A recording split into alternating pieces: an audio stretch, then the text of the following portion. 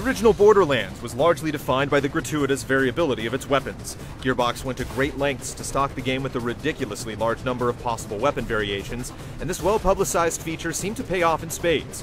Goated on the promise of shinies and their insatiable hunger for loot, players sunk endless hours into the RPG shooter hybrid, and chalked up ever higher damage numbers as they blasted their way through numerous DLC expansions. We got to play Borderlands 2 at a recent hands-on event, and though it retains this feeling of compulsory discovery, our experience suggests that it'll be a leaner, more disciplined game overall. The environments we visited were full of genuinely cool points of interest, and the sense of place was complemented by monsters that felt like they actually belonged in the places where you encountered them. The hard game mechanics in the demo we played felt similarly refined. While we didn't play enough to take an exhaustive inventory of how things work, here are a few quick points that really stuck out.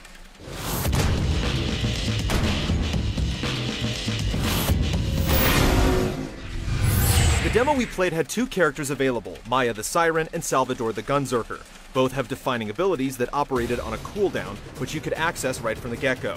Salvador has the ability to go into a gun's akimbo rage and lay waste to his targets for a few seconds.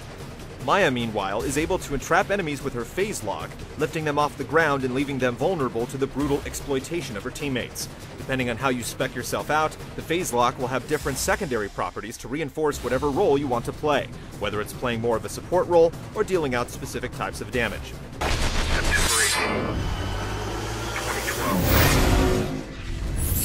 Borderlands 2 creative director Paul Hellquist spoke to us at length about how the different gun manufacturers will have their brand identities emphasized in the sequel.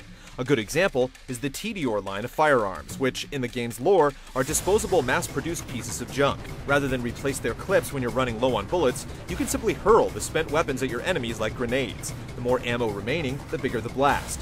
Hellquist also mentioned that the stories surrounding the manufacturers will be more pronounced, which could go a long way toward expanding the game's fiction by exploring one of the more interesting corners of Borderlands lore.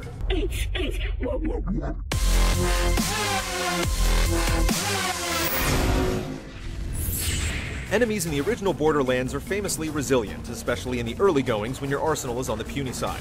Based on what we played, it's the same in Borderlands 2, though we encountered an enemy whose design took smart advantage of the game's beefy hit point counts. A gigantic creepy crawler with mineral-encrusted appendages. The only way to effectively damage it is to focus your fire on its crumbly bits, which then explode into valuable pickups. The dynamic makes sense in the Borderlands world in two ways. One, you don't feel as if you're feebly sapping away at the creature's life total since you're producing visual results, and two, taking a smart approach to fighting yields even more delicious loot. We truly hope to see more monsters with similarly exploitable weaknesses. From what we experienced, Borderlands 2 inspires the same driving urge to explore, destroy, and acquire that its predecessor did. By the time it releases in September, though, it'll be far from the only loot-driven game in town. Keep an eye out for our full review to see how it measures up.